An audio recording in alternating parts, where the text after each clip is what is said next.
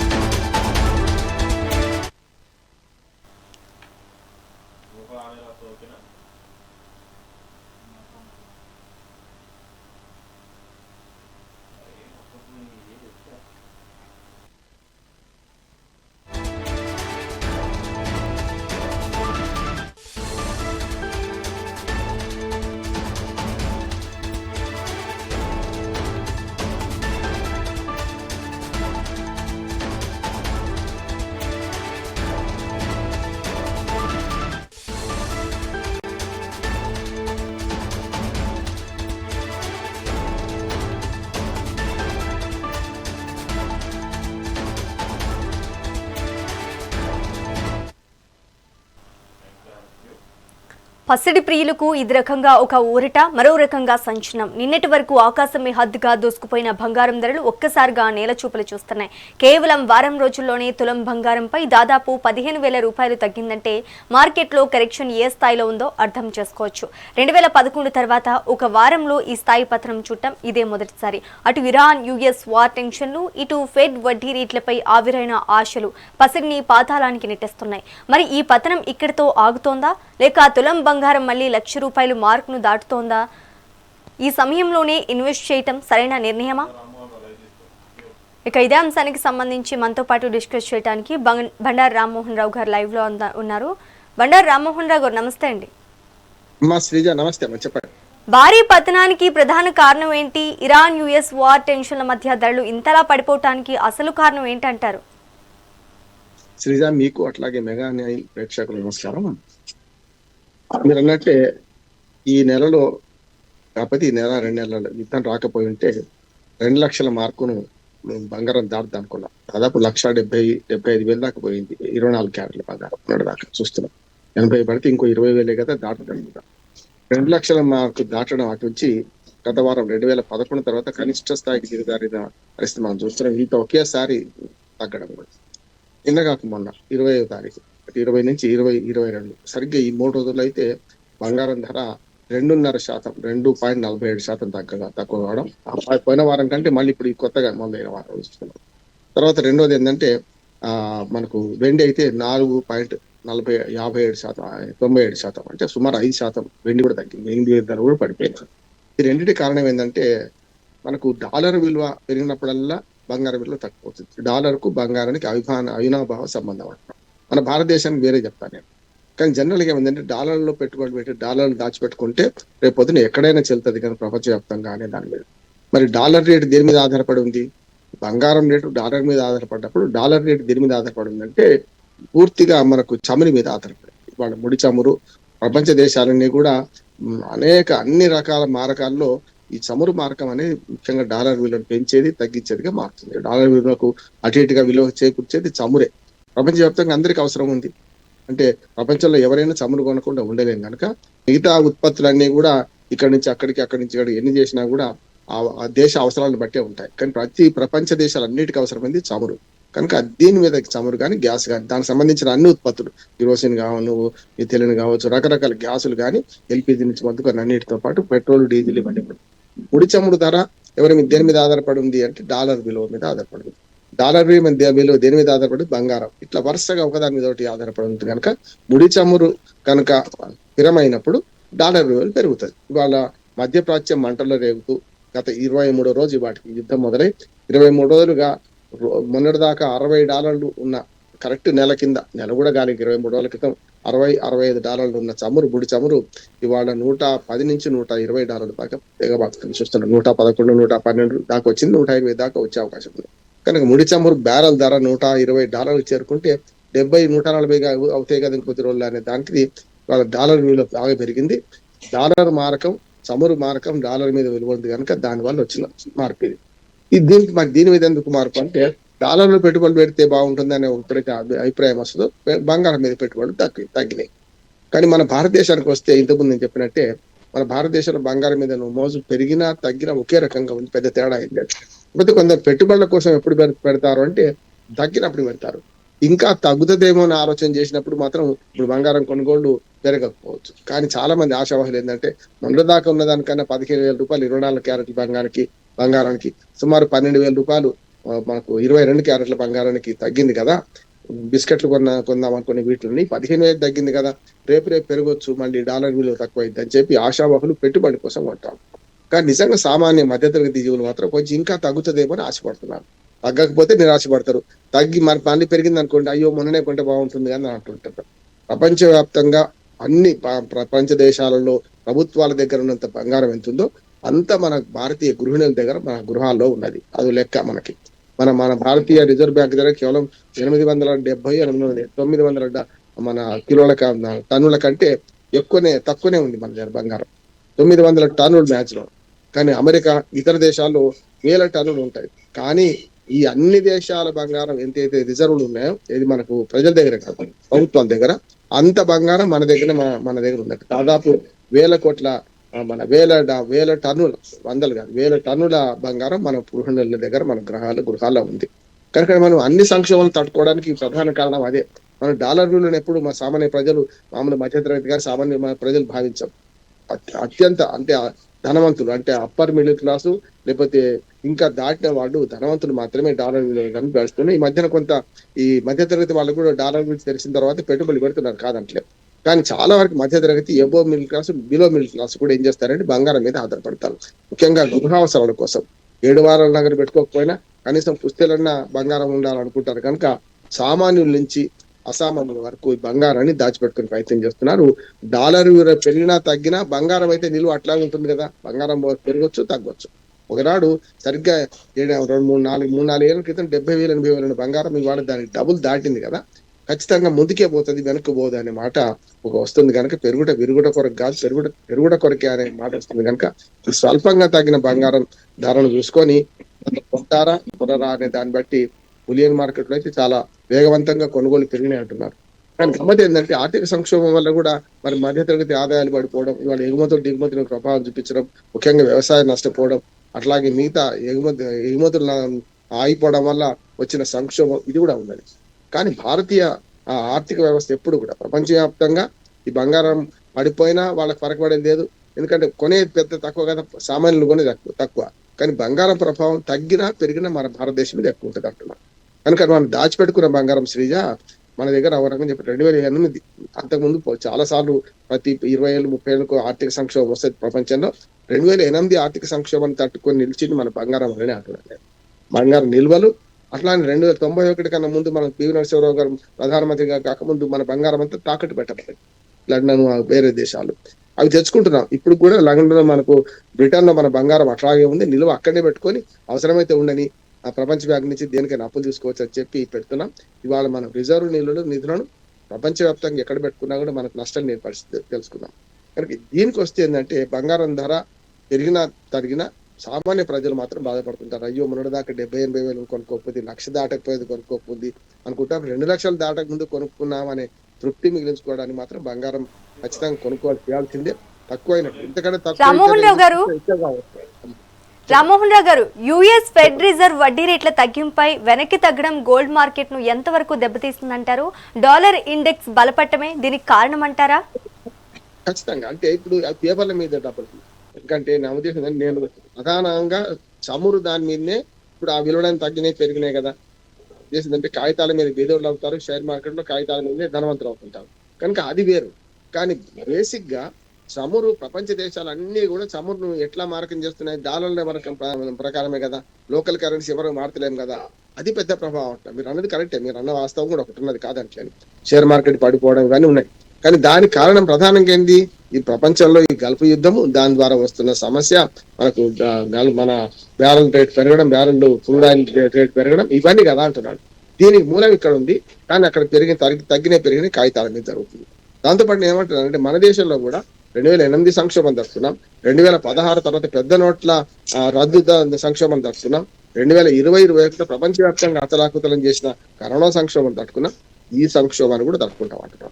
నేను స్పష్టంగా చెప్తున్నాను, బంగారం రేటు 10-20 తగ్గింది, కానీ మళ్ళీ పెరుగుతే జరుగుతుంది అంటున్నాను. యుద్ధం ముగిసిన తర్వాత మళ్ళీ పెరుగుతుంది. కనుక ఇన్వెస్టర్లు బంగారం మీద పెట్టుబడి పెట్టవచ్చు, నష్టం ఏం లేదు.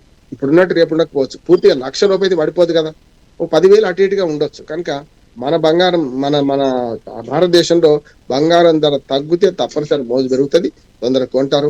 ఇంకా కొంచెం మధ్యతరగతి వాళ్ళు కొంచెం ఇంకా ఆలోచన చేస్తారు, కనుక తగ్గుతాం అనుకుంటున్నాను. ఒకవేళ కనుక $120 దాటింది అనుకోండి ముడి చమురు ధర, ఖచ్చితంగా మన డాలర్ రేటు మార్కెట్ రేటు పెరుగుతుంది. దాంతో ఆటోమేటిక్ గా మన బంగారం రేటు ఇంకా తక్కువ అవకాశం ఉంది. ఈ రెండు అవకాశాలను చూసుకొని ఎప్పుడు విజ్ఞత, 3 చేపల కథ ఉన్నది కదమ్మా, అట్లానే మన వాళ్ళు చివరిదాకా ఆగుతారా, లేకుంటే మొదలే జాగ్రత్త పడి ఇప్పుడు కొనుక్కుంటారా అనే దాన్ని బట్టి ఉంటుంది. ప్రపంచవ్యాప్తంగా ఈ యుద్ధం ఇప్పుడెంతలో ఆగుతుందని నేను అనుకుంటా. నేను ఖచ్చితంగా ఎన్ని ప్రయత్నాలు చేసినా ఇటు ఇద్దరు తగ్గేదిలే అంటున్నారు. కనుక అటు అమెరికా కానీ, ఇటు ఇజ్రాయెల్ కానీ, ఇటు ఇరాన్ కానీ, ఇంకా మరి కొత్త యుద్ధం అంతా కొత్త పుత్తలు తగ్గుతుంది. కనుక రేపు అంతా నష్టమే అవకాశం ఉంది. కనుక ఖచ్చితంగా ముడి చమురు ధర పైకి పోతుంది. $120 ఈ వారంలో వచ్చే వారంలో దాటినా ఆశ్చర్యపోవాల్సిన అవసరం లేదు. దానివల్ల ఖచ్చితంగా డాలర్ విలువ పెరుగుతుంది. కనుక డాలర్ పెరగగానే ప్రపంచవ్యాప్తంగా మరి మీరన్న షేర్ మార్కెట్ పతనం అవుతుంది, దాంతో పాటు డాలర్ల కొనుగోలు ఎక్కువ అవుతుంది, బంగారం కొనుగోలు తక్కువ అవుతుంది. ఇది అటువంటి అవకాశాన్ని మాత్రం మనకు సువర్ణ అవకాశం అంటున్నాం. సువర్ణ అవకాశం ఉంది, సువర్ణతో మాట్లాడుతున్నాం, దాని గురించి మాట్లాడుతున్నాం. కనుక మన మధ్యతరగతి జీవులకు మాత్రం బంగారం ధర ఇంకెంత తక్కువైతే అంత సువర్ణ అవకాశం. ఇది ఎట్లా కొనసాగుతా, నేను 2 రోజులు చూస్తేనే 2.5% ఏమో బంగారం, 5% వరకు వెండి తగ్గింది. కనుక వెండి అయితే ఇంకా పైకి పోయింది, 4 లక్షల పైకి పోయిన వెండి మెల్లమెల్లగా దిగి వస్తుంది ఇప్పుడు. కనుక ఇన్వెస్టర్లకు ఇప్పుడు డాలర్ రేట్ పడిపోవడం బంగారం కొనే వాళ్లకు ఒక మంచి సువర్ణ అవకాశం అని నేను అనుకుంటున్నాను. రామ్మోహన్ రావు గారు, అదే విధంగా ఇదే ట్రెండ్ కొనసాగితే తులం బంగారం మళ్ళీ ₹1,00,000 స్థాయికి పడిపోయే అవకాశం ఉందంటారా? ఉండకపోవచ్చు, అంత ఉండకపోవచ్చు అంటారు. ఎందుకంటే చాలా పెరిగింది, ఒక దశకు పెరిగిన తర్వాత డిమాండ్ సప్లైలో తేడా ఉంటే తప్ప సాధ్యం కాదు. బంగారం ఉత్పత్తి చూసుకుంటే మన డిమాండ్ దగ్గర దానికన్నా తక్కువనే ఉంది అంటున్నాను, కనుకనే రేట్ ఎక్కువ. కనుక డిమాండ్ తగ్గిన బంగారం ఉత్పత్తి కూడా జరుగుతలేదు. ఇప్పుడు 2 సంవత్సరాలు చూస్తే పాత గనులన్నీ మూతపడ్డాయి. మన దగ్గర కూడా, మన కోలార్ గనుల నుంచి మొదలు పెడితే మన దగ్గర ఉత్పత్తి తక్కువ, కొనుగోలు ఎక్కువ బయట నుంచి. అందుకనే మన దగ్గర తప్పనిసరి బంగారం దిగుమతి చేసుకోవాల్సింది. చూడండి, వేరే దేశాల్లో బంగారం మీద ఇంత మోజు లేదు, అక్కడ ట్యాక్సేషన్ కూడా ఎత్తలేదు. అందుకని చూస్తాం శంషాబాద్ విమానాశ్రయంలో ప్రతిరోజు ఏదో చిన్నదో పెద్దదో బంగారం కేసు పడుతుంది. చూస్తున్నాం, కడుపులో మింగిన మన రకరకాలుగా సూట్ కేసుల్లో షూలో తీసుకొచ్చిన సందర్భాలు చూస్తున్నాం. ఎందుకు? మన దగ్గర ట్యాక్సేషన్ ఎక్కువ కనుక బంగారం రేటు మన దగ్గర ఎక్కువ. కనుక మిగతా ట్యాక్స్ లేని దేశం నుంచి తెలుసుకునే క్రమంలో కొంత వెసులుబాటు ఉన్నా, వెసులుబాటు కంటే ఎక్కువ స్మగుల్ చేస్తున్నాం. కనుక అది కూడా ఒక రకంగా చేయటే జరుగుతుంది. ఎంతమంది అరెస్ట్ అయ్యి ఎంతమంది చేసినా కూడా ఇది జరిగేది ఉంది. కనుక నేనేమంటున్నాను, ₹1,00,000 స్థాయికి అస్సలు పడిపోదంటున్నాను. నేనేమంటున్నాను అంటే 1,00,000 ఇటు అటుగా ఉంటుంది అనుకుంటున్నాను. అదే ఇప్పుడు 20,000 తగ్గింది, 15,000 తగ్గిందంటే 1,00,000 అటు ఇటుగా ఉంటుండొచ్చు. కాకపోతే 1,30,000 దాకా పోతుండొచ్చు, కానీ 1,30,000కి లోపు అయితే నేను పోతుందని నేను అనుకుంటున్నాను. ఎంత సంక్షోభం వచ్చినా ఇప్పుడు నిజంగా చెప్తానంటే సామాన్యుడు మధ్యతరగతి కొనుక్కోవడానికి మంచి అవకాశం. ఇంకో వారం రోజులు కనుక యుద్ధం కొనసాగితే ఇంకొక 10-12,000 తక్కువ అవకాశం ఉంటుండొచ్చు అనుకుంటున్నాను. ఇది ఫ్లక్చువేట్ అవుతుంది. నేను చెప్పింది వేదం కాకపోవచ్చు, ఇంకా మార్కెటింగ్ కూడా చాలా మంది ఉన్నారు. నాకున్న పరిజ్ఞానం మేరకు నేను చెప్పేది ఏంటంటే 1,30,000 లోపు అయితే బంగారం ధర పడిపోయే అవకాశం లేదనుకుంటున్నాను. నేను 1,40,000, 1,30,000 దగ్గర కొన్నప్పుడు మంచిదే అని నేను అనుకుంటున్నాను. అట్లాగే పెళ్లిళ్ళ సీజన్ మొన్న జరిగింది, 10 తులాలు కొనుక్కుందామని 4-5 తులాలే కొనుక్కోగలిగింది. ఇప్పుడు కనుక మొన్న 4-5 తులాలు కొనుక్కున్నారు కదా, ఇప్పుడు 15,000 తగ్గిందంటే ఓ 10 తులాలు కొనుక్కుంటే ఇంకో తులం ఎక్కువ వస్తుంది కదా, అట్లా కూడా కొనే అవకాశం ఉంది అనుకుంటున్నాను. నేనైతే బంగారం రేటు తగ్గడం మన భారతీయులకు శుభ పరిణామం అంటున్నారు. డాలర్ రేటు పెరగడం తగ్గడం వల్ల మనకు పెద్ద ఇన్వెస్టర్లకు నష్టం లాభం జరగవచ్చు, కానీ మామూలు సామాన్య జనానికి, మధ్యతరగతి జనానికి ఈ శుభసూచకం అంటున్నాను. అంటే మనకు మళ్ళీ డాలర్ రేటు పెరిగి మనకు గుడి చప్పుడు పెరిగితే మనమే ₹2 పెట్రోల్ పెరిగింది చూసినాం కదా మనం. ₹2 మనకు ఏది మన ఫ్యూయల్, మన పూర్తి ప్రత్యేకమైన పెట్రోల్, స్పెషల్ పెట్రోల్ ₹2 పెరిగింది. అతి త్వరలో మరి ఈ పెట్రోల్ డీజిల్ సామాన్య ధరలు పెంచుతామంటున్నారు.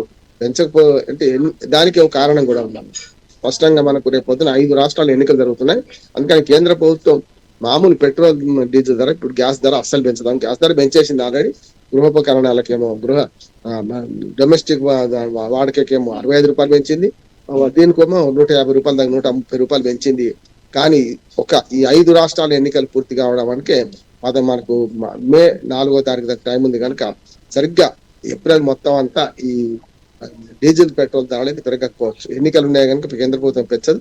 కానీ ఆ తర్వాత యుద్ధం ఆగకపోతే మాత్రం పెట్రోల్ ధరలు పెరుగుతాయి కనుక దాని ప్రభావం కూడా మళ్ళీ బంగారం మీద పడవచ్చు. మనకు బంగారం ఉత్పత్తి మీద, దీని మీద కూడా పడవచ్చు.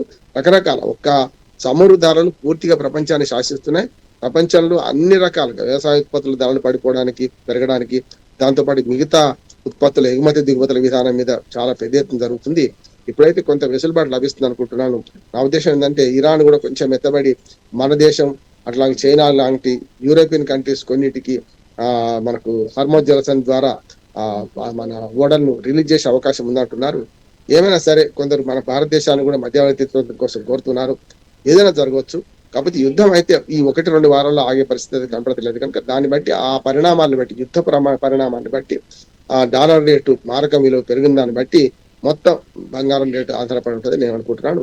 ఇప్పుడు తగ్గిన దానికి సంతృప్తి పడి కొనుక్కుంటే కొంత లాభం. ఇంకా తగ్గితే తగ్గవచ్చు, పెరిగితే పెరగవచ్చు. కనుక 1.5 లక్షన్నర దగ్గరనే ఫిక్స్ అయి ఉంటుందని నేను అనుకుంటున్నాను. అది దాటకపోవచ్చు. లోపలికి కూడా 1,30,000 లోపు తులం బంగారం రాకపోవచ్చు అని నేను అనుకుంటున్నాను. ఇప్పుడు కొత్త తులం 10 గ్రాములు కదా. అందుకని ఇవన్నీ ఔన్స్ బంగారం రేటు మెల్లమెల్లగా తగ్గింది. ముఖ్యంగా మోజులేని దేశాల్లో ఇది పెద్ద ప్రభావం చూపెట్టలేదు. మన భారతదేశంలోని దేశాల్లో, బంగారం మీద ఎక్కువ మోజున్న దేశాల్లో మాత్రం ఖచ్చితంగా బంగారం రేట్లు పెరగడం, తరగడం మీద ఫలితాలు వేరుగా ఉంటాయని నేను అనుకుంటున్నాను. రామ్మోహన్ రావు గారు, 2008 తర్వాత ఒకే నెలలో ఇంత భారీ కరెక్షన్ రావటం ఇదే తొలిసారి. ఇది కేవలం తాత్కాలిక లాభాల స్వీకరణ, లేక gold market long term down trend లోకి వెళ్తుందంటారా? తాత్కాలిక ఇంత పెద్ద ఎత్తున 2008 తగ్గకపోవచ్చు. దానికి కారణం చెప్పాను కదా. 23 రోజుల క్రితం యుద్ధం మొదలైంది. 2 వారాలు ఉంటుంది అనుకున్నారు, ఆగలేదు యుద్ధం. దీనివల్ల నేను చెప్పాను కదా, డాలర్ రేటు పెరగడం తగ్గడం అనేది చమురు మీద ఆధారపడింది. మనకు డాలర్ రేటు బట్టి పెరగడాన్ని బట్టి మనకు బంగారం రేటు తక్కువ అవకాశం ఉన్నది. ఈ 3 ఒకదానికి లింక్ చైన్ కనుక ఈ గొలుసు కట్టులో మొదటిది పెరిగితే చివరిది తక్కువైంది అంటున్నాను నేను. కనుక ఇవాళ డాలర్ రేటు మళ్ళీ తగ్గింది అనుకోండి, అప్పుడు ఆటోమేటిక్ గా బంగారం ధర పెరిగే అవకాశం ఉంటుంది. కానీ నా ఉద్దేశం డాలర్ రేటు పైకి డాలర్ రారాజుగా మారింది. ఎన్నో ప్రయత్నాలు చేశారు శ్రీగా. మనకు గతంలో బ్రిక్స్ దేశాలు ఒక ప్రయత్నం చేశారు మనం, కానీ దానికి సాగనీయలేదు అమెరికా. ఎందుకు? డాలర్ ప్రత్యామ్నాయంగా మన రష్యా కానీ, చైనా కానీ, మనం కానీ, యూరోపియన్ దేశాలు కానీ, యూరోపియన్ దేశాలు ఇంతకుముందు ప్రయత్నించి యూరో కరెన్సీ తెచ్చుకున్నారు కదా. దాన్ని విచ్ఛిన్నం చేసింది డాలర్ రారాజుగా ఉండాలని అమెరికా కదా. అందుకని మొదలు యూరో కరెన్సీ నాశనం చేసింది అమెరికా లాంటి దేశం, డాలర్ విలువ పెరగదు. అట్లానే తర్వాత బ్రిక్స్ సదస్సులో మన లోకల్ మార్కం చేసుకుందాం, లోకల్ కరెన్సీ అనుకుంటే దాన్ని భంగం చేస్తుంది వాళ్ళ అమెరికానే. కనుక అటు యూరోప్ దేశాలు కానీ, మనకు భారతదేశం కానీ, ఇతరత్ర బ్రిక్స్ దేశాలు కానీ చేస్తున్న ప్రయత్నాలకు గండి కొడుతూ అలా డాలర్ ను రారాజుగా నిలుపుకుంటుంది. దానివల్ల వస్తున్న సమస్య అంటున్నది. అందుకనే రేపొద్దున డాలర్ విలువ కనుక తగ్గితే ఖచ్చితంగా బంగారం రేటు పెరుగుతుంది. డాలర్ పెరిగితే పెరుగుతుంది. కానీ 2 లక్షల మార్క్ అయితే ఇప్పుడు అలా అందుకునే అవకాశం లేదు. 1,00,000 అటు ఇటుగా ఉండొచ్చు నేను అనుకుంటున్నాను. అదే విధంగా బంగారంతో పాటు వెండి ధరలు కూడా భారీగా తగ్గుతున్నాయి. వెండిలో కూడా ఇలాంటి భారీ కరెక్షనే మనం చూడబోతున్నామంటారా? ఖచ్చితంగా బంగారం ధర తక్కువగా కానీ వెండికి మనకి గోల్డ్ కలర్ వేసి చాలా వెండి ఆభరణాలు కూడా వచ్చినాయి. చూసినాం కదా, 1 గ్రామ్ గోల్డ్ ఎక్కువ అమ్ముడుపోయింది బంగారం ధర ఎక్కువైనప్పుడు. రెండోది వెండి కూడా వెండి ఉపయోగం ఒక్క ఆభరణాలకే కదా, బంగారం ఖచ్చితంగా ఆభరణాలకే. బంగారం ఇతర రంగాల్లో చాలా తక్కువ ఉంటది, మైనర్ వాడేది. కానీ వెండి మాత్రం సెల్ ఫోన్ నుంచి మొదలు పెడితే అనేక రంగాల్లో మనకు ముడి సరిగ్గా పనిచేస్తుంది. కనుక వెండి ధరలు చాలా ఆకాశానికి ఉంది. 4 లక్షలు దాటింది కదా. మనం చూసినాం 10 గ్రామ్ మనం కిలో వెండి మనకు 4 లక్షలు దాటింది. మెల్లగా ఇప్పుడు 1,00,000 దిగిపోయింది మొత్తం అంతా. కనుక ఇప్పుడు చూసుకుంటే ఇంకా తగ్గింది కనుక వెండి ధరలు కూడా స్థిరీకరణ జరుగుతాయి అని అనుకుంటున్నాను. వెండి ధరలు అబ్నార్మల్ గా పెరిగినాయి అమ్మ. బంగారం కంటే అబ్నార్మల్ గా వెండి ధరలు కిలో ధర పెరిగింది కనుక ఇది తగ్గుతుంది. కాకపోతే వినియోగం మాత్రం తగ్గలేదు. వినియోగం చూస్తే మీరు ఆభరణాలు కొంచెం తగ్గవచ్చు కానీ మిగతా వినియోగం తగ్గదు కదా, తప్పనిసరి ఆ రేట్లు కూడా పెరిగినాయి మన మీద. అది కూడా ఒక రకంగా ఈ షేర్ మార్కెట్ పడిపోవడానికి మనకు పెరగడానికి కారణమైంది. వెండి ధరలు కూడా నా ఉద్దేశం అంటే 2 లక్షల మార్క్ అయితే కిందికి పోదనుకుంటున్నాను నేను. కిలో బంగారం 2 లక్షల లోపు అయితే రాదనుకుంటా, పైకే ఉంటది అనుకుంటున్నాం. అంటే ఈ ఫ్లక్చువేషన్ అంతా కూడా గల్ఫ్ యుద్ధం ఆగకపోవడం దాన్ని బట్టే ఉంటది. వెండి విలువ తక్కువ కాదు ఎప్పుడు కూడా, ఎందుకంటే బంగారం విలువ మనకు ఆభరణాల కోసం మాత్రమే కొంటాం కనుక తక్కువ కావచ్చు ఎక్కువ కావచ్చు, కానీ వెండిది మాత్రం అబ్నార్మల్ గా పెరిగింది, ఒక లెవెల్ కు చావుద్ది అనుకుంటున్నాను. అప్పుడు కొనొచ్చు. ఇప్పుడు వెండి ధరలు కూడా మొన్న దాదాపు 5% సరిగ్గా 20, 21, 22 చూస్తే మీకు 3 రోజుల్లోనే 5% తగ్గినాయి. కనుక ఈ 5% 15% అవుతాయా లేదా అనేది సరిగ్గా ఈ వారంలో రామ్మోహన్ రావు గారు, అదే విధంగా ప్రస్తుతం మనం చూసుకుంటే బంగారంతో పాటే వెండి కూడా దిగొస్తుంది. మరి ఫ్యూచర్ లో బంగారం వెండి ఒకే సమానంగా ఉండే రేట్లు ఏమన్నా తెలుస్తాయా? ఎట్లా వస్తుంది? అది కిలో లెక్క, ఇది తులం లెక్క కదమ్మా. నా ఉద్దేశం అంటే 1.5 లక్షల రూపాయలు తులం 10 గ్రాములు. వెండి ఏమో కిలో లెక్క కదా నేను చెప్పేది. 4 లక్షల దాకా పోయింది, ఇప్పుడు 3 లక్షలకు వస్తున్నది, ఇంకా తగ్గుతుంది. కనుక ఆ బంగారం వెండి ధరలు సమానం ఎప్పుడు కావు. ఎందుకంటే 1.5 బంగారం ఉంటే 1.5 కిలో బంగారం మన వెండి అయితే రాదనుకుంటున్నాను నేను. వెండి ధరల్లో నేను చెప్పాను ప్రత్యేకంగా ఏంటంటే వెండి ఇతర అనేక పరిశ్రమల్లో, ఇతర అనేక రంగాల్లో చెప్పాను, సెల్ ఫోన్ నుంచి మొదలుపెడితే చాలా వాటిలలో ముడి సరుగ్గా పనిచేస్తున్నది కనుక దాని విషయంలో ఉండదు. కాదే పెద్ద పెద్ద కిలో లెక్కన కొని విగ్రహాలు కానీ ఇతరత్ర ఏమైనా మన ఇంట్లో వాడే వస్తువులు కానీ తయారు చేసే క్రమంలో కూడా వెండి వాడుతున్నాం కనుక కిలో లెక్క అది. ఇది కనుక 1.5 బంగారం కనుక తులం అయితే 1.5 వెండి అయితే కాదు, 2 లక్షల లోపు అయితే కాదు కనుక నేను అనుకుంటున్నాను. నా అంచనా ఏంటంటే వెండి ధర మాక్సిమం 2 లక్షల దగ్గర నిలకడగా ఉంటుందేమో అనుకుంటున్నాను. దాని కిందికి రాదనుకుంటున్నాను. బంగారం మాత్రం 130,000 నుంచి 150,000 మధ్యన దోబుచులాట ఆడుతుంది. ఒకవేళ డాలర్ రేటు మళ్ళీ పడిపోతే తప్ప మళ్ళీ 1.5 దాటదు కానీ నేను అనుకుంటున్నాను. విశ్లేషణ అందించినందుకు థ్యాంక్ యూ రామ్మోహన్ రావు గారు.